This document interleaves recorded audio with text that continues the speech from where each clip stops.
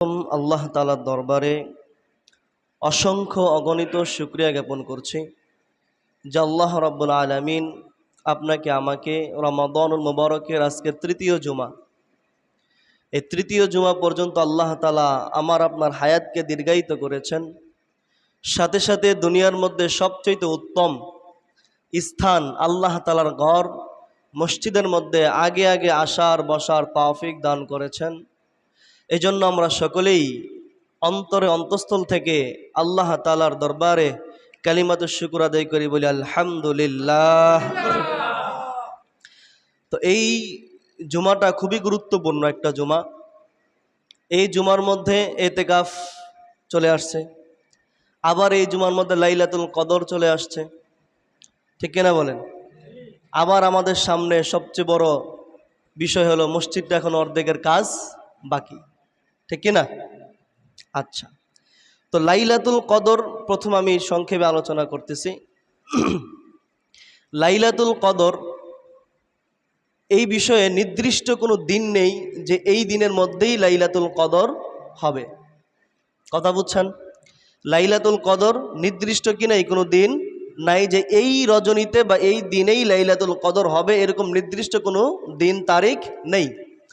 আল্লাহ নবী হাদিসের মধ্যে বলেন যে আল্লাহ তাআলা আমাকে স্বপ্নের মধ্যেই লাইলাতুল কদরের যে রজনীটা এটা দেখিয়েছিলেন, কিন্তু আল্লাহ তাআলাই আমাকে আবার ভুলিয়ে দিয়েছে। কি করে দিয়েছেন? ভুলিয়ে দিয়েছেন। তো বিভিন্ন হাদিসের বিভিন্ন রাওয়ায়াত সব কিছু যোগ করে প্লাস মাইনাস করে যদি আমরা আলোচনা করি, তাহলে দেখা যাবে যে অধিকাংশ মুহাদ্দিসিনে কেরাম ফুকায়ে কেরামের মতামত এটাই যে সর্বশেষ রমাদানুল মুবারকে যে শেষ দশক যে আছে, আজকে রজনী থেকে নিয়ে বেজুর যে রজনীগুলো আছে, বেজুর, সেই বেজুর রজনীতে লাইলাতুল কদর হওয়ার সম্ভাবনা অনেকটা বেশি। কথা বুঝেছেন? যেমন 21 রজনী, 23 রজনী, 25 রজনী, 27 রজনী, 29 রজনী, এই 5টা রজনীতে লাইলাতুল কদর হওয়ার সম্ভাবনাটা সবচাইতে বেশি। তারপরেও আরও কিছু কিছু ফুকায়ে কেরাম বলেছেন যে না, এই 5টা রজনীতে লাইলাতুল কদর হওয়ার সম্ভাবনা আছে ঠিক, কিন্তু 27 যে রজনীটা আছে ওই রজনীতে মনে হয় ওই রজনীতে লাইলাতুল কদর হওয়ার সম্ভাবনাটা আরেকটু বেশি। কথা বুঝতেছেন? এই জন্য শুধুমাত্র সেই 27 রজনীতেই যে লাইলাতুল কদর হবে বিষয়টা কিন্তু এরকম না। আপনারা আল্লাহর হস্তে কথা বলবেন না, কেউ আল্লাহর হস্তে কথা বলবেন না। কথা বলার সময় কথা বললে এটা অনেক ডিস্টার্ব হয়। কথা বুঝছেন? আর আপনাদের এই বেতনের বিষয়টা, এটা মানে মনেই থাকে না যে জাকির ভাই আলাদা একটু বলবো। এই বেতনের বিষয়টা আল্লাহর, আপনারা যদি চান তো নামাজের পরে দিবেন। কথার মাঝখানে, বয়ানের মাঝখানে আপনারা কেউ বেতন দিবেন না, বা বেতন হোক যেই টাকাই হোক, এটা আপনারা নামাজের শেষে আপনারা দিবেন। অর্থাৎ কথার মধ্যে অনেক ডিস্টার্ব ফিল হয়। কথা বুঝতেছেন আমার? এটা আপনারা পরে দেওয়ার চেষ্টা করবেন, ইনশাআল্লাহ পরে গ্রহণ করার চেষ্টা করবেন। তো লাইলাতুল কদর আলোচনা করতেছিলাম, যেটা নির্দিষ্ট কোনো সময়ে নাই, নির্দিষ্ট কোনো দিনের মধ্যে নাই। আচ্ছা, তো লাইলাতুল কদরের ফজিলতটা কি, আল্লাহ রাসূল সাল্লাল্লাহু আলাইহি ওয়াসাল্লাম কীরকম আমল করেছেন আমরা সংক্ষেপে একটু জানি। এই লাইলাতুল কদর সম্পর্কে আল্লাহ তাআলা এই যে সূরাতুল কদর যে নাজিল করেছেন, এই লাইলাতুল কদর নিয়ে কিন্তু একটা সূরাই নাজিল হয়েছে। তো এই সূরা যখন নাজিল হয়, এই সূরা নাজিল হওয়ার তাৎপর্য বা শানে নুজুল হচ্ছে, আল্লাহ রাসূল সাল্লাল্লাহু আলাইহি ওয়াসাল্লাম একবার সাহাবায়ে কেরামকে নিয়ে এক মজমার মধ্যে আলোচনা করতেছিলেন যে বনী ইসরাইলের একজন যুবক, বনী ইসরাইলের একজন জৈনক ব্যক্তি, সে 1000 মাস সে সর্বদা আল্লাহর রাস্তায় জিহাদ করেছে। সুবহানাল্লাহ বলে। 1000 মাস সে আল্লাহর রাস্তায় কি করেছে? জিহাদ করেছে। এই কথা শোনার পর সাহাবায়ে কেরামের দিলের মধ্যে, অন্তরের মধ্যে জ্বালা পড়া শুরু হয়ে গেল। হায় হায়, আমাদের তো মাত্র 60 বছরের জিন্দিগি, 70 বছরের জিন্দিগি, তাও আবার 60 বছর যখন হয়ে যায়, 70 বছর যখন হয়ে যায়, তখন আমাদের শরীরে রথ থাকে না, আমরা জিহাদ করতে পারবো না, আমরা ইবাদত বন্দেগী করতে পারবো না। হায় হায়, আমাদের মনে হয় যে বনী ইসরাইলের যারা আগে ছিল তারা হয়তোবা আমাদের চাইতে বেশি আমল করবে, তারা হয়তোবা বেশি আমল করে ফেলেছে। তো এই আকাঙ্ক্ষা যখন সাহাবায়ে কেরাম আল্লাহ রসুলের সামনে প্রকাশ করলেন যে আল্লাহ রসুল, তাদের তো হায়াত বেশি ছিল, তাদের হায়াত তো অনেক বেশি ছিল, তো হায়াত বেশি পেলে তো আল্লাহ তাআলার ইবাদত বন্দেগী বেশিই করবে। তখন আল্লাহ তাআলা সাথে সাথে এই লাইলাতুল কদরের ফজিলত নিয়ে নবী করিম সাল্লাল্লাহু আলাইহি ওয়াসাল্লামের কাছে জিবরিল আলাইহিস সালাম চলে আসলেন। সুবহানাল্লাহ। আল্লাহ রাব্বুল আলামিন বলেন, আল্লাহ তাআলা জিবরিল আলাইহিস সালামের মাধ্যমে যখন লাইলাতুল কদর অর্থাৎ কদরের সূরা যখন নিয়ে আসলো, তখন সাহাবায়ে কেরামের এই আক্ষেপ দেখে আল্লাহ রাসূল সাল্লাল্লাহু আলাইহি ওয়াসাল্লাম সাথে সাথে বললেন, ও আমার সাহাবীরা, ও আমার উম্মত, শোনো, তোমাদের আক্ষেপের কোনো বিষয় নাই। যদিও আমার এই উম্মতের গড়ে হায়াত হলো 60 থেকে 70 বছর, কিন্তু আল্লাহ তাআলা তার এই 60-70 বছরের মধ্যে প্রত্যেক বছরের রমাদান মুবারকে এমন একটা রজনী আল্লাহ তাআলা দান করেছেন, যেই রজনীতে যদি আমি আপনি ইবাদত করতে পারি তাহলে 1000 মাস, ওই যে বনি ইসরাইলের জৈনক ব্যক্তি যে 1000 মাস সে জিহাদ করেছিল, শুধুমাত্র 1000 মাস জিহাদের সওয়াব না, 1000 মাস সারা রাত্র দাঁড়িয়ে দাঁড়িয়ে যদি আমরা লাইলাতুল কিয়াম অর্থাৎ যদি আমরা নামাজ আদায় করি এবং সারা দিন যদি আমরা রোজা রাখি, সারা দিন যদি আবার জিহাদ করি, সারা দিন যদি কোরআন তেলাওয়াত করি, যেই পরিমাণ সওয়াব আল্লাহ তাআলা দান করবেন, শুধুমাত্র একটা রজনীতে এই লাইলাতুল কদরে যদি কোনো ব্যক্তি আমার এই উম্মতের মধ্যে লাইলাতুল কদরে একটা রজনী যদি সে আমল করতে পারে, ইবাদত করতে পারে, আল্লাহ তাআলা 1000 মাস ইবাদত করলে যেই পরিমাণ সওয়াব, সেই পরিমাণ সওয়াব আল্লাহ তাআলা দিয়ে দিবেন। বলেন সুবহানাল্লাহ। আল্লাহ রাব্বুল আলামিন সূরাতুল কদরের মধ্যে বলেন, ইন্না আনজালনাহু ফি লাইলাতিল কদর ওয়া মা আদরাকা মা লাইলাতুল কদর। আল্লাহ তাআলা বলেন, ও নবী, নিশ্চয় আমি এই কদরের রজনীর মধ্যে আমি কোরআনকে অবতীর্ণ করেছি। এবার আল্লাহ তাআলা আল্লাহর রাসূলকে বলেন, ওয়া মা আদরাকা মা লাইলাতুল কদর, নবী আপনি কি জানেন লাইলাতুল কদরের মর্যাদা কি? এই কদরের মর্যাদা, এই কদরের সম্মান কি আপনি জানেন? আল্লাহ নবী বলেন, না, জানি না। আল্লাহ তাআলা পরে আয়াতের মধ্যে বলেন, লাইলাতুল কদরি খায়রুম মিন আলফি শাহর।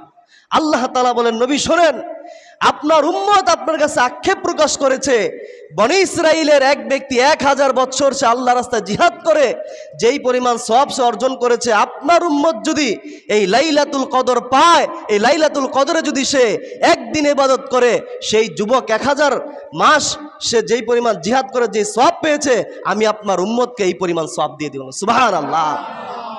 তাই না আল্লাহ তাআলা পরায়াতের মধ্যে বলেন, তানাজ্জালুল মালাইকাতু ওয়ার রূহু ফিহা বিইذনি রাব্বিহিম মিন কুল্লি আমর।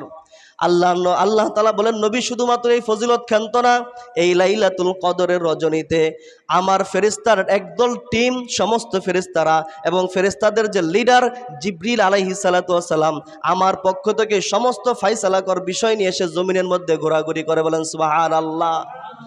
আল্লাহ তাআলা শেষ আয়াতে বলেন, সালামুন হাত্তা মাতলাইল ফাজর। ফজরের সূর্য যখন উদিত হয়, ফজরের অক্ত যখন শেষ হয়ে যায়, ফজরের অক্ত যখন শুরু হয়, তখন এই ফেরেশতার টিম, তাদের যে শান্তি, তাদের যে বার্তা, সব কিছু বন্ধ হয়ে যায়। সব কিছু কি হয়ে যায় বলেন? বন্ধ হয়ে যায়। এই আয়াতের মধ্যে আল্লাহ তাআলা বুঝাইতে চাইলেন যে অন্য আয়াতের মধ্যে আল্লাহ তাআলা বলেন যে লাইলাতুল কদরে মানুষের তাকদীরকে নির্ধারণ করা হয়। খুব গুরুত্বপূর্ণ একটা পয়েন্ট বিষয় আপনাদেরকে বলতেছি। এই লাইলাতুল কদরে মানুষের তাকদীর কি করা হয়? নির্ধারণ করা হয় 1 বছরের। কয় বছরের? 1 বছর। অর্থাৎ আগামী রমজানের এই লাইলাতুল কদর আসার আগ পর্যন্ত কোন মানুষ মারা যাবে, কে জন্মগ্রহণ করবে, কে কোথায় থেকে রিজিক উপার্জন করবে, কে কি পরিমাণ খাবে, কে কার সাথে ঝগড়া করবে, কে কি করবে না করবে, আল্লাহ তাআলা এই লাইলাতুল কদরের মধ্যে এটা ফয়সালা করেন। বলেন সুবহানাল্লাহ। এই জন্য আল্লাহ নবী সাল্লাল্লাহু আলাইহি ওয়াসাল্লাম বলেছেন যে তোমরা এই লাইলাতুল কদরের মধ্যে বেশি বেশি আমল করে আল্লাহর কাছে চাও যেন আল্লাহ তাআলা তোমাকে একটা বছর ভালো রাখেন। একটা বছর কি রাখেন বলেন? ভালো রাখেন। আল্লাহ রাব্বুল আলামিন সেই কথা সূরাতুদ দুখানের 4 নম্বর আয়াতের মধ্যে বলেন, ফিহা ইফরাকু কুল্লু আমরিন হাকিম, যে এই লাইলাতুল কদরের মধ্যে আল্লাহ তাআলা প্রত্যেকটা মানুষের 1 বছরের বাজেট, 1 বছরের বিল পাস করেন। বলেন সুবহানাল্লাহ। আমরা সংসদে যেরকম 1 বছরের বিল পাস হয় না, হয় কি না? আল্লাহ তাআলা এই লাইলাতুল কদরের মধ্যেও 1 বছর বান্দা কি খাবে, 1 বছর কোন বান্দা দুনিয়া থেকে চলে যাবে, 1 বছর কোন বান্দা দুনিয়াতে আসবে, 1 বছরের মধ্যে কোন বান্দা অসুস্থ হবে, কে সুস্থ হবে, কে কাকে বিবাহ করবে, কে কাকে ছাড়বে, সব বিষয়গুলো আল্লাহ তাআলা এই রজনীতে ফয়সালা করে রাখেন। বলেন সুবহানাল্লাহ। এই জন্য এই রজনীটা আমরা একটু কাজে লাগবো। 5টা রজনী। কয়টা রজনী? 5টা রজনী আমরা একটু বেশি বেশি কাজে লাগাতে পারবো না ইনশাআল্লাহ। তো তো এই লাইলাতুল কদরের এই সংক্ষিপ্ত আলোচনা আপনাদেরকে বললাম। তারপরে আবার 26 রজনীতে তো ইনশাল্লাহ আলোচনা হবে। তো এখন আমরা এতেকাফের বিষয়ে একটু আলোচনা করি। এতেকাফ যেটা এটা আমাদের সবচেয়ে বড় গুরুত্বপূর্ণ বিষয়। এতেকাফ এতেকাফ এটা মূলত এতেকাফ প্রথমত হলো 3 প্রকার। কয় প্রকার বলেন তো? জোরে বলেন, কয় প্রকার? এতেকাফ হলো 3 প্রকার। 1 নম্বর হলো ওয়াজিব, 2 নম্বর হলো as-সুন্নাতুল মুআক্কাদাতুল লিল কিফায়া, 3 নম্বর হলো নফল। ওয়াজিব হচ্ছে যদি কোনো ব্যক্তি মান্যত করে যে আমার এই কাজটা হলে আমি মসজিদে ইতেকাফ করব, তো ওই ইতেকাফ করাটা তার জন্য ওয়াজিব। 2 নম্বর as-সুন্নাতুল মুআক্কাদাতুল লিল কিফায়া যেটা আছে, এটা হচ্ছে এই যে রমজানে যে 10 রজনে শেষের 10 দিন যে আমরা ইতেকাফ করব, এই 10টা হচ্ছে as-সুন্নাতুল মুআক্কাদাতুল লিল কিফায়া। আর নফল তো নফলই, নফলের তো কোনো সংজ্ঞা নেই, আপনার মন চাইলো আপনি ইতেকাফ করলেন, কোনো সমস্যা নেই। তো এখন আসেন এই যে 10 দিনের যে ইতেকাফ, আমাদের এই যে 10টা দিন যে ইতেকাফ যে আমরা করব, এই 10 দিন ইতেকাফ মহল্লাবাসীর মধ্য থেকে, আমাদের প্রচলিত কথায় মহল্লাবাসীর মধ্য থেকে যে কোনো একজনকে বসতেই হবে। ঠিক কিনা বলেন? ঠিক কিনা? বসতেই হবে। যদি না বসে তাহলে মহল্লাবাসীর সবাই কি হবে? কথা বলে না, কি হবে? সবাই মহল্লাবাসীর সবাই গুনাহগার হয়ে যাবে। কথা বুঝেছেন?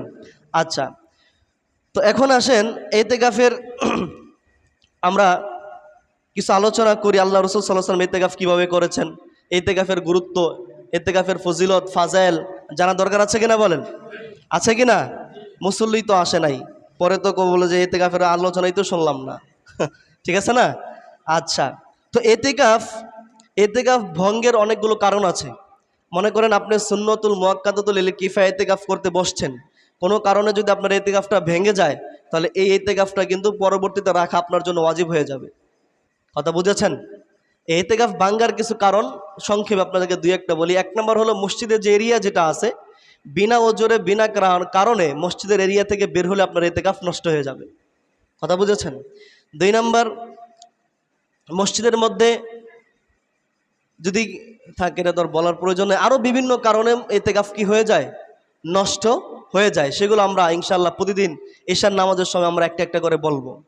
তো ইতেকাফ যদি আমি আপনি করি, আল্লাহ রাসূল সাল্লাল্লাহু আলাইহি ওয়াসাল্লাম হাদিস থেকে আমরা কি পাই? আল্লাহ রাসূল ইতেকাফ করেছেন কিনা এটা জানার দরকার আছে কিনা বলেন? তো আল্লাহ নবী সাল্লাল্লাহু আলাইহি ওয়াসাল্লাম বুখারী শরীফের 2 নম্বর খণ্ডের 713 নম্বর হাদিসের মধ্যে বলেন, আম্মাজান আয়েশা রাদিয়াল্লাহু তাআলা আনহা থেকে বর্ণিত, তিনি বলেন, ইন্নান নাবিয়্যা সাল্লাল্লাহু আলাইহি ওয়াসাল্লাম কানা ইয়াতাকিফুল আশরাল আওয়াখির মিন রমাদান। আম্মাজান আয়েশা রাদিয়াল্লাহু তাআলা আনহা বলেন যে আমাদের নবী মুহাম্মদুর রাসূলুল্লাহ সাল্লাল্লাহু আলাইহি ওয়াসাল্লাম মদিনায় আসার পরে, মদিনায় হিজরত করে আসার পরে তিনি প্রত্যেক রমাদান মুবারকে ইতেকাফ করতেন। বলেন সুবহানাল্লাহ। হাদিসের শেষে বলে হাত্তা তাওয়াফাহুল্লাহ, আল্লাহ নবী মৃত্যুবরণ করার আগ পর্যন্ত কোনো রমজান মাসে ইতেকাফকে তিনি ছাড়েন নাই, প্রত্যেক রমাদানে তিনি ইতেকাফ করেছেন। এরপরে সুম্মা আতাকাফা আজওয়াজুহু মিন বাদি, আল্লাহ রাসূল মৃত্যুবরণ করার পরে তার স্ত্রী যারা আছেন, আমাদের আম্মাজান যারা আছেন, তারা ইতেকাফ করতেন। বলেন সুবহানাল্লাহ। তো এই হাদিস থেকে আমরা বুঝলাম যে আল্লাহ রাসূল সাল্লাল্লাহু আলাইহি ওয়াসাল্লাম মদিনায় আসার পরে তিনি তার জীবদ্দশায় কোনোদিন মৃত্যুর আগ পর্যন্ত কোনো রমাদান মুবারকে ইতেকাফকে ছাড়েন নাই। কথা বুঝেছেন? আচ্ছা, তো ইতেকাফের যে শেষের যে 10 দিন, এই যে আজকে থেকে শুরু, আজকে রজনী থেকে শেষ যে 10 দিন আছে, এই 10 দিনে আমাদের আমলটা কেমন হওয়া দরকার, আমরা কিরকম আমল করব, আমরা হাদিস থেকে যদি জানি। আল্লাহ নবী সাল্লাল্লাহু আলাইহি ওয়াসাল্লামের এক হাদিস, বুখারী শরীফের 2 নম্বর খণ্ডের 711 নম্বর হাদিসের মধ্যে আল্লাহ নবী সাল্লাল্লাহু আলাইহি ওয়াসাল্লাম বলেন, কানা রাসূলুল্লাহ সাল্লাল্লাহু আলাইহি ওয়াসাল্লাম ইযা দাখালাল আশরা আহইয়াল লাইলা ওয়া আইকাযা আহলাহু। আল্লাহ নবী সাল্লাল্লাহু আলাইহি ওয়াসাল্লাম বলেন, যখন রমাদান মুবারকের শেষ দশক চলে আসে, আল্লাহ নবী সাল্লাল্লাহু আলাইহি ওয়াসাল্লাম আহইয়াল লাইলা, তিনি রাত্রে ঘুমাতেন না। রাত্রে ঘুমাতেন না মানে অধিকাংশ রাত্র তিনি জাগ্রত থাকতেন। ওয়া আইকাযা আহলা, তিনি নিজেই জাগ্রত থাকতেন এমনটা না, তার যে পরিবারবর্গ আছে তাদেরকেও তিনি জাগিয়ে দিতেন। তাদেরকে তিনি কি করতেন বলেন? জাগিয়ে দিতেন। হাদিসের শেষাংশে বলে ওয়া জাদ্দা ওয়া শাদাল মিজার, আল্লাহ নবী সাল্লাল্লাহু আলাইহি ওয়াসাল্লাম এই শেষের 10 দিন রাত্রি জাগরণ করে তিনি বেশির থেকে বেশি আল্লাহ তাআলার ইবাদত বন্দেগী করতেন। বলেন সুবহানাল্লাহ। এখানে ইবাদত বন্দেগীর একটা উদাহরণ বা দৃষ্টান্ত আল্লাহ নবী দিয়েছেন। আল্লাহ নবী বলেন যে আমরা যেভাবে মাঠে ময়দানে কাজ করার জন্য মাজার মধ্যে যেভাবে আমরা গামছা বাঁধি বা নঙ্গিটাকে একটু টাইট করে বাঁধি, বাঁধার পরে তো আমরা কাজে নামি কিনা? তো আল্লাহ নবী বলেছেন ও সাদাল মিজার, তোমরা যেমনিভাবে মাঠে ময়দানে কাজ করার জন্য গামছাকে মাজার মধ্যে বেঁধে তারপরে তোমরা কাজ কাম করো, ঠিক তদ্রূপ আল্লাহ নবী সাল্লাল্লাহু আলাইহি ওয়াসাল্লাম এই শেষের 10 দিন কেমন জানি নিজের মাজার মধ্যে গামছা বেঁধে আল্লাহ তাআলার ইবাদত বন্দেগীর মধ্যে রত হয়ে যেতেন। বলেন সুবহানাল্লাহ। কিন্তু আমাদের দেশের অবস্থা হলো এই শেষের 10 দিনে আমরা ব্যবসা বাণিজ্য লিপ্ত হয়ে যাই বেশি, ঠিক কিনা বলেন? ঠিক কিনা? এই রমাদানুল মুবারক ব্যবসার জন্য না, ইবাদত বন্দেগী করার জন্য আল্লাহ তাআলা দিয়েছেন। আর আমাদের কাস্টমার যারা আছে আমাদেরও দোষ আছে, আমরা যারা ব্যবসায়ী না আমাদেরও কি আছে? দোষ আছে। আমরাও কেমন জানি শেষের 10 দিনে মার্কেট করতে হবে, শেষের 10 দিনে কেনাকাটা করতে হবে। কেন? আপনি রমজানের শুরুতে কিনেন, আপনি 10 রমজানে কিনেন, আপনি 15 রোজায় সব মার্কেট শেষ করেন, তাহলে তো 10 পরের 10 দিন আপনার কোনো ঝামেলা থাকে না, ঠিক কিনা বলেন? না, আমরা সেই চান রাইতে 27 রাইতে মানে যেইগুলো ইবাদতের রজনী, যেই দিনগুলোতে ইবাদত বেশি করবে ওই দিনগুলোতে মহিলা বেড়া সাওয়াল সব সহকারে মার্কেট, ঠিক কিনা বলেন? এরকম তো হওয়া উচিত না। আপনার যদি মার্কেটের প্রয়োজনই হয় আপনি রমজানের শুরুতে করেন, রমজানের মধ্যবর্তী রমজানে আপনি করেন, এখন করে শেষ করে ফেলেন না। আমরা শেষের আশায়, আর সেই দিন মনে করেন যে আল্লাহ তাআলার শেষ রজনী, চান রাত তো শেষ না, চান রাত তো শেষ, সেই দিনে দেখবেন যে মার্কেটের মধ্যে কি পরিমাণ ভিড়। আর মানুষ আল্লাহ তাআলার ইবাদত কই করবে? আল্লাহ তাআলার নাফরমানিতে আরো ভরা থাকে সেই দিন। সব মহিলা, সব বেটা, সব মার্কেটে, নাই পর্দা, নাই আল্লাহ তাআলার বিধান, নাই নামাজ, নাই রোজা। সেই আসরের সময় বের হবে, আরেকবার সে এশার পর আসে, হয় কিনা বলেন? মাঝে মাগরিব শেষ, এশা শেষ, আসর শেষ, সব শেষ করে ওই বেটি জুতা কিনতে যায়, বেটি শাড়ি কিনতে যায়, পুরুষের টুপি কিনতে যায়, পাঞ্জাবি কিনতে যায়, ঈদের নামাজ পড়বে। কি পরিমাণ বেয়াকুব আমাদের দেশের মানুষ, চিন্তা করে। কি পরিমাণ নির্বুদ্ধিতার পরিচয়, চিন্তা করেন। হ্যাঁ, কি পরিমাণ নির্বুদ্ধিতা। আপনার কেনাকাটার প্রয়োজন আপনি আগে শেষ করেন, আপনি শেষের দিন কেন আপনি করবেন? আরে শেষের দিনে আল্লাহ নবী সাল্লাল্লাহু আলাইহি হাদিসের মধ্যে বলেন, হাদিসের মধ্যে আল্লাহ নবী সাল্লাল্লাহু আলাইহি ওয়াসাল্লাম বলেছেন ওয়া ইউগফারু আখিরুল লাইলা, এই রমাদান মুবারকের সর্বশেষ যে রজনীটা আসে, অর্থাৎ চাঁদ রাত যেটাকে আমরা বলি, এই চাঁদ রাতে আল্লাহ তাআলা সব বান্দাদেরকে মাফ করতে থাকেন। সুবহানাল্লাহ বলেন। আর আল্লাহ তাআলা যখন মাফ করতে শুরু করবেন তখন দেখবেন যে আমি মার্কেটে, আমি দোকানে, আমি এইখানে, আমি সেইখানে আড্ডাবাজি, মোবাইল টিপতেছি, বক্কচ্চ করে দিন শেষ। তা আল্লাহ কিভাবে মাফ করবে বলেন? তো যেই কদু সেই লাউ নিয়ে আমাদের জীবন চলতেছে, দুনিয়া নিয়ে আমাদের জীবন শেষ, আখেরাত তো নাই, ঠিক কিনা বলেন? কষ্ট পাইতেছেন নাকি আপনারা? আবার কষ্ট পাইলেও কিছু করার নাই, বলতেই হবে। এই জন্য আপনাদের যে মার্কেট করার প্রয়োজন যেগুলো হয় আপনারা আগেই করে ফেলবেন। মহিলাদেরকে মার্কেটে নেওয়ার কোনো প্রয়োজন নেই, কোনো মহিলা মার্কেটে যাবে না। যদি যাইতেই হয় বাধ্যতামূলক বোরকা পরায় হাত মোজা পা মোজা দিয়ে নেবেন। পারবেন না ইনশাল্লাহ? পারবেন না ইনশাল্লাহ? আপনারা পারবেন তো ইনশাল্লাহ? কোনো মহিলা মার্কেটে যেতে পারবে না। আপনি যেহেতু কর্তৃপক্ষ, আপনার স্ত্রী আপনার মেয়েই তো যায়, তাই না? তা আপনার স্ত্রী আপনার মেয়ে তো আপনার কথায় চলবে, আপনার কথায় উঠবে, আপনার কথায় বসবে, তাহলে না আপনার সুপুরুষ। আর যদি আপনার কথায় উঠে না, আপনার কথায় বসে না, তাহলে আপনার সুপুরুষ হইতে পারলেন না। কথা বুঝাইতে পারছি? হ্যাঁ, আপনি যেটা বলবেন সে সেটাই শুনবে। তুমি পর্দা করতে হবে, তোমাকে পর্দা করেই যেতে হবে। যদি যাইতে না মন চায় তুমি যাইও না, তোমার জন্য আমি নিয়ে আসতেছি। আমরা মার্কেট করি না? করি কিনা? আমাদের তো মহিলাদেরকে নিয়ে তো মার্কেটে যাই না। আমাদের দোকানদারের সাথে চুক্তি আছে, ঢাকায় যাই 5টা 3 পিস দিয়ে দেয়, 5টা কাপড় দিয়ে দেয়, যেটা পছন্দ হয় একটা রেখে আবার বাকিটা ফেরত দিয়ে যায়। আপনিও পারবেন, আপনি চেষ্টা করলেই পারবেন। কথা বুঝছেন? আপনি চেষ্টা করলে পারবেন। জুতার দোকানে যাই, 5 জোড়া জুতা নিয়ে আসি, 2 জোড়া জুতা নিয়ে আসি, যেটা পায়ের সাথে মিলে যেটা সুন্দর হয় এটা রেখে বাকিরা ফেরত দিয়ে দিই, ব্যাস। আপনিও পারবেন। আপনার সাথে পরিচিত দোকান নাই, আপনি 5টা 3 পিস নিয়ে আসেন, এনে 5টা 3 পিস আপনি বাসায় দেখেন কোনটা পছন্দ হয়, হ্যাঁ এটা পছন্দ হয়, বাকি 4টা ফেরত দিয়ে দেন, শেষ। কি জন্য আপনি আপনার মেয়েদেরকে, আপনার স্ত্রীদেরকে আপনি নিয়ে যাবেন দোকানের মধ্যে? কি কারণে? ধাক্কা ধাক্কি, ঠেলা ঠেলি, তারপরে দোকানদার তো আছে, চেহারা দেখবে, চোখ দেখবে, এই দেখবে, সেই দেখবে, আছে কিনা বলেন? হ্যাঁ, সাবধান। মাইক চালু আছে না উপরের? হ্যাঁ, মা বোন যারা আছেন শুনতেছেন, আল্লাহর রাস্তায় আপনারা এই রমাদানুল মুবারকের পবিত্রতা রক্ষা করবেন, রমাদানুল মুবারকের পবিত্রতা রক্ষা করবেন। আর যদি রক্ষা না করেন আগামী রমজান পাবেন না, পাবেন কিন্তু এইভাবেই দিন যাবে। এই জন্য সাবধান। আমরা এখনই সতর্ক হয়ে যাই, পারবো না ইনশাআল্লাহ? আল্লাহ তাআলা আমাদেরকে আমল করার তৌফিক দান করুন। এবার আসেন, যদি আমরা ইতিকাফ করি মসজিদের মধ্যে, ইতিকাফ করলে আমাদের কি ফায়দা? ফায়দাটা আমার জানার দরকার আছে কিনা বলেন? কোনো জিনিস করতে হলে ফায়দা জানলে সেটার প্রতি করার একটা আগ্রহ আমাদের জন্ম নেয়, ঠিক কিনা বলেন? তো আল্লাহ নবী সাল্লাল্লাহু আলাইহি ওয়াসাল্লাম মুস্তাদরাক লিল হাকিম, এক হাদিসের বিশাল কিতাব, বিশাল গ্রন্থ। ওই কিতাবের মধ্যে আল্লাহ নবী সাল্লাল্লাহু আলাইহি ওয়াসাল্লাম 4 নম্বর খণ্ডের 300 নম্বর হাদিসের মধ্যে বলেন, ও মানি ইতিকাফা ইয়াওমান ইবতিগা ওয়াজহিল্লাহ, কোনো ব্যক্তি যদি আল্লাহ তাআলা সন্তুষ্টির জন্য শেষের 10 দিনে ইতিকাফ করে, একদিন যদি ইতিকাফ করে, তো আল্লাহ নবী বলেন জাআলাল্লাহু বাইনাহু ওয়া বাইনান নারি সালাসা খনাদিক, ওই ব্যক্তির মাঝে আর জান্নাতের মাঝে, অর্থাৎ ওই ব্যক্তিকে জাহান্নাম থেকে, ওই ব্যক্তির মাঝে, ওই ব্যক্তি থেকে জাহান্নামকে 3 খন্দক দূরে সরিয়ে দেন। বলেন সুবহানাল্লাহ। সাহাবায়ে কেরাম জিজ্ঞাসা করলেন, ইয়া রাসূলুল্লাহ, এই খন্দক, এক খন্দক কি পরিমাণ দূরত্ব?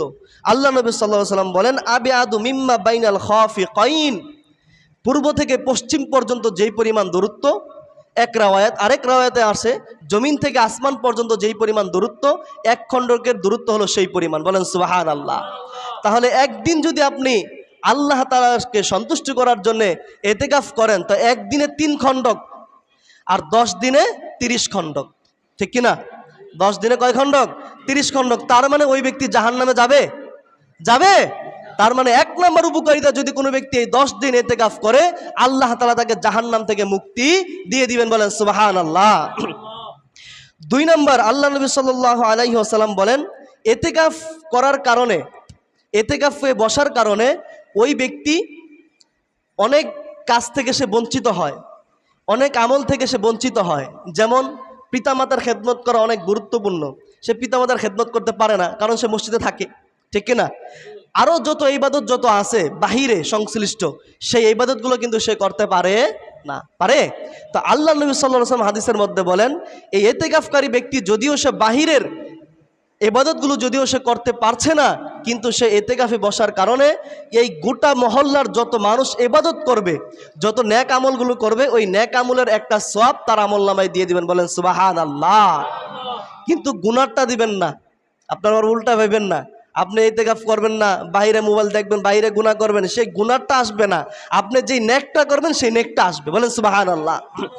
আল্লাহ নবী সাল্লাল্লাহু আলাইহি ওয়াসাল্লাম ইবনে মাজার 1781 নম্বর হাদিসের মধ্যে বলেন, আন্না রাসূলুল্লাহি সাল্লাল্লাহু আলাইহি ওয়াসাল্লাম ক্বালা ফিল মুতাকিফ, আল্লাহ নবী সাল্লাল্লাহু আলাইহি ওয়াসাল্লাম এই শেষ রমাদানের মুবারকের শেষ 10 রজনীতে যারা ইতিকাফ করবে, আল্লাহ নবী তাদের ব্যাপারে বলেন হুয়া ইয়াকিফুযুব, তাদের 1 নম্বর উপকারিতা হলো এই রমাদানুল মুবারকের শেষ 10 রজনীতে আল্লাহ তাআলার ঘরে ইতিকাফ করার কারণে যত সে গুনাহ করত, সমস্ত গুনাহ থেকে আল্লাহ তাআলা তাকে বাঁচিয়ে দিবেন। বলেন সুবহানাল্লাহ।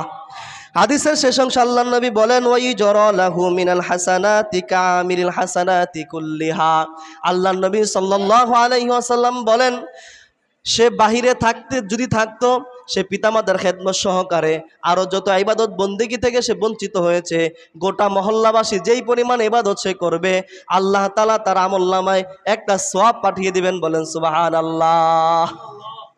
আমাদের সমাজে কিছু রাওয়ায়াত আছে, গতকালকে বলেছিলাম যে টাকা দিয়ে আমরা ইতিকাফে বসাই, টাকা দিয়ে একজনকে আমরা বলি ভাই আপনি বসেন, আপনি বসেন, আপনি বসেন, লাগলে প্রয়োজন আমি খাবার দিব না, আমি টাকা দিব না, আছে কিনা বলেন? আছে কিনা? তো আপনি যে তাকে টাকা দিয়ে বাস বা তাকে বসাইতেছেন, আপনি বসেন না কেন? নাকি আপনি তাকে বসালে তার সওয়াব আপনি নিয়ে যাবেন, এরকম নাকি? বরং আল্লাহ নবী হাদিসে কি বলছে, আপনি যে আমলটা করবেন বাইরে থেকে, সেই আমলের সওয়াব সে পাবে। সুবহানাল্লাহ বলেন। এই জন্য যে বুদ্ধিমান সে নিজে ইতিকাফে কি করবে?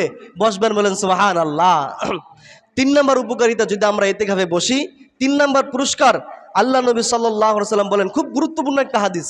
আল্লাহ নবী বলেছেন কোনো ব্যক্তি যদি এই শেষ দশকে যদি ইতিকাফ করে, তো আল্লাহ তাআলা তার আমলনামায় 2টা কবুল হজ এবং 2টা কবুল উমরা যেই পরিমাণ সওয়াব, সেই পরিমাণ সওয়াব দান করবেন। বলেন সুবহানাল্লাহ। 2টা কবুল উমরা আর 2টা কবুল হজ যদি আমরা আদায় করি, আমরা এখানে হিসাব করেছিলাম 8,60,000 টাকা।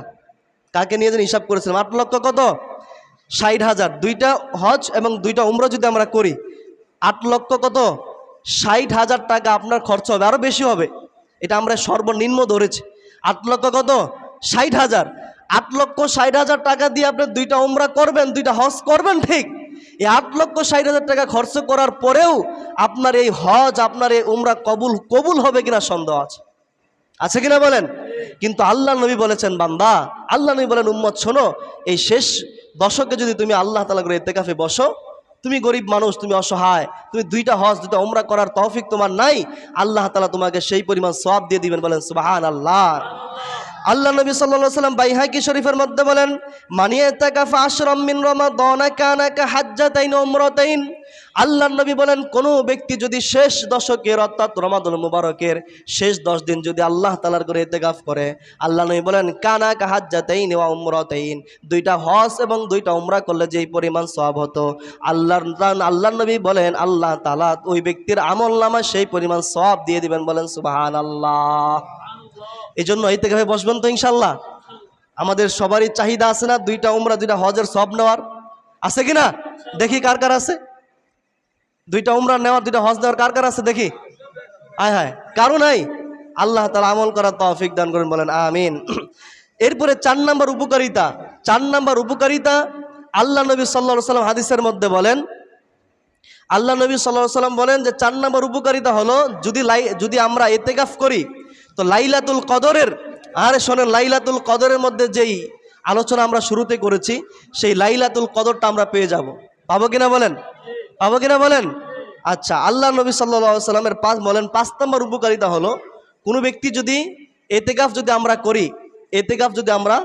করি তো আল্লাহ নবী সাল্লাল্লাহু আলাইহি ওয়াসাল্লাম বলেন তোমার জীবনে যেই পরিমাণ গুনাহ করেছো আল্লাহ তাআলা সেই পরিমাণ গুনাহ তোমাকে মাফ করে দিবেন। বলেন সুবহানাল্লাহ। অর্থাৎ জীবনের গোটা সমস্ত গুনাহগুলোকে আল্লাহ তাআলা মাফ করে দিবেন। আল্লাহ নবী সাল্লাল্লাহু আলাইহি ওয়াসাল্লাম হাদিসের মধ্যে বলেন মান ইতাকাফা ঈমানা ওয়া ইহতিসাবা গুফিরা লাহু মা তাকদ্দামা মিন যামবি। আল্লাহ নবী সাল্লাল্লাহু আলাইহি ওয়াসাল্লাম বলেন কোনো ব্যক্তি যদি 2টা শর্ত মেনে 10 দিন ইতিকাফ করে, 1 নম্বর হলো তার ঈমান থাকতে হবে, 2 নম্বর হলো সে ইতিকাফ করেছে আল্লাহকে খুশি করার জন্য, সওয়াবের আশায়, মানুষকে দেখানোর জন্য না। তো আল্লাহ নবী বলেন যে গফির লাহু মা তাকদ্দামা মিন যামবি, শেষ তার জীবনের শুরু লগ্ন থেকে নিয়ে এই পর্যন্ত যেই পরিমাণ গুনাহ সে করেছে আল্লাহ তাআলা তার জীবনের সব গুনাহগুলোকে মাফ করে দিবেন। বলেন সুবহানাল্লাহ। 6 নম্বর উপকারিতা যারা ইতিকাফ করবে, যারা মুতাকিফ, তাদের কথা আল্লাহ তাআলা স্বয়ং কোরআনের মধ্যে নিছেন। তাদের কথা আল্লাহ তাআলা কোথায় বলেছেন? কোরআনের মধ্যে যারা ইতিকাফ করবে তাদের কথা বলেছেন। তার মানে আমি আপনি যদি ইতিকাফ করি তাহলে আমার আপনার কথা আল্লাহ তাআলা কোরআনে বলছেন। একটু সুবহানাল্লাহ কোন না জোরে, একটু জোরে কোন সুবহানাল্লাহ। আমি আপনি ইতিকাফ করলে আমার আপনার নাম কোথায় আসবে? কোরআনে। আল্লাহ রাব্বুল আলামিন কোরআনুল কারীমের মধ্যে বলেন সূরাতুল বাকারার 125 নম্বর আয়াতের মধ্যে আল্লাহ তাআলা বলেন ওয়াহিদনা ইলা ইব্রাহিম ওয়া ইসমাঈল আন তাহহিরা বাইতিয়া লিত-তাইফিনা ওয়াল আকিফিনা ওয়ার রুকআইস সুজুদ।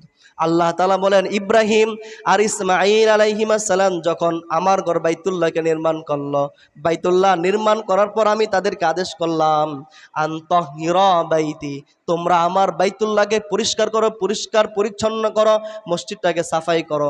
কাদের জন্য করবা? আল্লাহ তাআলা বলেন লিত-তাইফিনা, যারা বিভিন্ন দেশ থেকে তওয়াফ করতে আসবে তাদের জন্য পরিষ্কার করো। 2 নম্বরে আল্লাহ তাআলা বলেন ওয়াল আকিফিন, যারা আমার ঘরে ইতিকাফ করবে, যারা ইতিকাফে বসবে তাদের জন্য তোমরা মসজিদটাকে পরিষ্কার করো। 3 নম্বর আল্লাহ তাআলা বলেন ওয়ার রুকআইস সুজুদ, যারা নামাজ পড়ে, যারা তেলাওয়াত করে তাদের জন্য তোমরা আমার মসজিদটাকে পরিষ্কার পরিচ্ছন্ন করো। বলেন সুবহানাল্লাহ। যারা ইতিকাফে বসবেন তাদের কি পরিমাণ ফজিলত আল্লাহ রাব্বুল আলামিন তার পয়গাম্বর জালিলুল কদর পয়গাম্বর হযরত ইব্রাহিম এবং ইসমাঈল আলাইহিস সালামকে আদেশ করলেন, ও নবী শুনে রাখো আমার বান্দারা যারা ইতিকাফে বসবে তাদের জন্য তোমরা মসজিদটাকে পরিষ্কার পরিচ্ছন্ন করো। বলেন সুবহানাল্লাহ। এই হলো আমাদের ফজিলত। আল্লাহ নবী সাল্লাল্লাহু আলাইহি ওয়াসাল্লাম সূরা বাকারার 187 নম্বর আয়াতের মধ্যে আবার ইতিকাফ যারা করবে তাদের কথা উল্লেখ করে বলেন, ওয়ালা তুবাশিরুহুন্না ওয়া আনতুম আকিফুনা ফিল মাসাজিদ, তোমরা যারা মসজিদের মধ্যে ইতিকাফে বসবা, শেষ রমাদানের মুবারকে শেষ দশকে যারা ইতিকাফে বসবা, সাবধান, তোমরা ইতিকাফে বসা অবস্থায় তোমরা স্ত্রীদের কাছে যাবা না। বলেন সুবহানাল্লাহ। আল্লাহ তাআলা দ্বিতীয়বার উল্লেখ করেছেন। আল্লাহ তাআলা বলেন, তিলকা হুদুদুল্লাহ, এটা হলো আমার আদেশ, এটা হলো আমার নির্দেশ। ফালা তাকরাবুহা, তোমরা এই নির্দেশের নিকটবর্তী হয়ো না। আমি তোমাদেরকে নিষেধ করেছি, তোমরা ইতিকাফে বসার পর স্ত্রীর কাছে যেতে পারবা না, তোমরা এই কাজটা করো না। আল্লাহ তাআলা বলেন, কাযালিকা ইউবাইয়িনুল্লাহু আয়াতিহি লিন-নাসি লাআল্লাহুম ইয়াত্তাকুন। আল্লাহ তাআলা বলেন, প্রত্যেকটা বিধানকে আমি মানুষের জন্য স্পষ্ট করে কোরআনের মধ্যে বলে দিয়েছি, যাতে করে মানুষ মুত্তাকি হতে পারে। বলেন সুবহানাল্লাহ। এই আয়াত থেকে আমরা বুঝলাম, কোনো ব্যক্তি যদি ইতিকাফে বসে, ইতিকাফে যদি কোনো ব্যক্তি বসে, আল্লাহ তাআলা তাকে মুত্তাকি বানিয়ে দিবেন। বলেন সুবহানাল্লাহ। তো এই যে আমরা 6টা উপকারিতা শুনলাম ইতিকাফে বসার, আজকে যারা ইতিকাফে যারা আমরা বসবো, আজকে সূর্য অস্তমিত হওয়ার পূর্বেই মসজিদের মধ্যে আসতে হবে বেডিং পত্র নিয়ে। কথা কি আমার বুঝতেছেন? কথা আমার বুঝতেছেন? আচ্ছা, যাদের কোনো ব্যস্ততা নেই, যাদের কোনো কাজ নেই, এক কাজ হচ্ছে অনেক প্রকার হয়।